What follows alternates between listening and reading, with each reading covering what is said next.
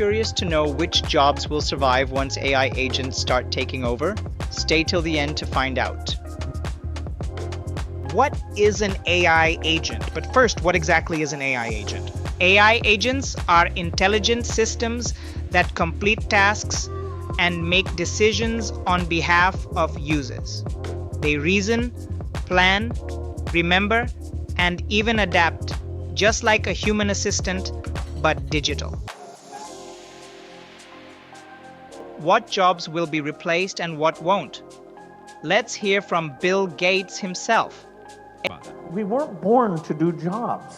Jobs are an artifact of the shortage that, oh gosh, somebody better be a farmer. Okay, somebody better, drive those trucks around. All of that is based on, creating the human intelligence to provide a broad range of services. And so as you get away from that being a necessary thing, you get a lot more leisure time, and it'll be people who've grown up in that world of no shortage who will have to think through. I think it's hard for anybody, in my case, spent 70 years in the world of shortages.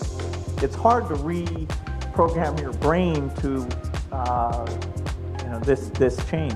Society will be able to have a level of output, food, medical advice, that won't require everybody to work like they do today.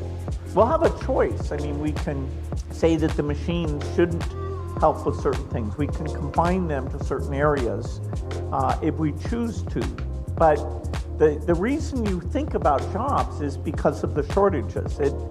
Even that framing of how you think about the world won't really be the way. Agents will greatly change how we work, but jobs requiring human connection, creativity, and complex judgment will remain.